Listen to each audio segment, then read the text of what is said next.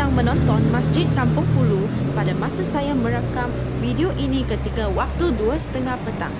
Kami suka berkongsi dengan anda profil Masjid Kampung Hulu. Masjid Kampung Hulu merupakan sebuah masjid yang terletak di tengah-tengah Bandar Melaka. Ia dibina dalam tahun 1728. Masjid Kampung Hulu di Melaka adalah masjid paling tua di Malaysia yang masih digunakan dan berada di tapaknya yang asal. Masjid ini terletak di persimpangan Jalan Masjid Kampung Hulu dan Jalan Masjid.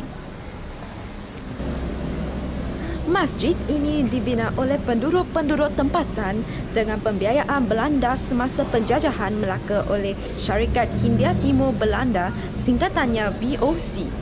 Masjid ini dibina adalah kesan daripada perubahan dasar oleh pemerintah Belanda yang mengutarakan dasar kepelbagaian pegangan agama. Sebelum kedatangan kaum Belanda pada tahun 1624, penjajah Portugis telah datang sejak tahun 1511 memusnahkan peninggalan rumah-rumah ibadat bukan Kristian di Melaka. Antara yang dimusnahkan oleh Portugis adalah masjid yang pertama dibina di Melaka, yang kononnya terletak bertentangan dengan tapak Statehurst sekarang. Pemerintah Belanda telah menugaskan kapitan untuk mengetuai penduduk tempatan dalam pembinaan tempat ibadat mereka. Dato' Samsudin bin Arung, seorang pendatang dari China yang memeluk Islam, telah ditugaskan pemerintah Belanda untuk membina Masjid Kampung Hulu. Binaan asal kemudiannya diperbaiki oleh Sheikh Al-Omar bin Hussein Al-Atas. Penjajah Belanda juga menggalakkan kepelbagaian budaya di kalangan penduduk dan ciri-ciri seni reka masjid dari tanah Jawa telah dimasukkan di dalam seni reka Masjid Kampung Hulu. Masjid ini mempunyai bumbung berlapis 3 dengan bentuk seakan-akan piramid. Ruang di antara lapisan-lapisan bumbung ini membolehkan kemasukan udara dan cahaya ke dalam masjid.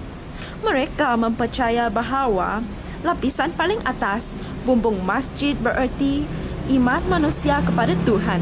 Lapisan kedua, hubungan manusia dengan manusia, dan ketiga, membawa maksud alam semula jadi yang menghubungkan manusia dengan pencipta. Struktur bumbung disokong oleh 4 tiang seri di tengah-tengah masjid, yang kemudiannya membawa kepada tiang-tiang penyokong yang lain. Walaupun seni reka masjid ini dipengaruhi oleh seni reka Jawa, Masjid Kampung Hulu tidak diperbuat daripada kayu seperti masjid-masjid di Jawa. Sebaliknya, dibuat menggunakan bata dan batu. Masjid ini juga mempunyai tembok rendah yang memagarkan kawasan masjid.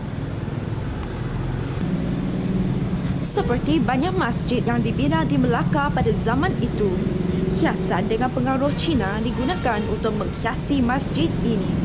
Bahan-bahan seperti jubin seramik dan jubin lantai daripada kerajaan Cina dinasti Qing juga digunakan.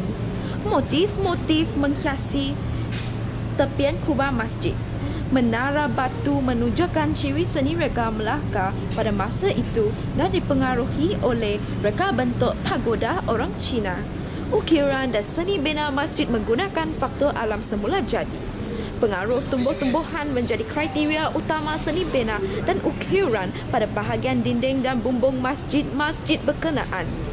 Pada hujung bumbung, terdapat ukiran berkonsepkan suluh bayu, mahkota dan awan larat.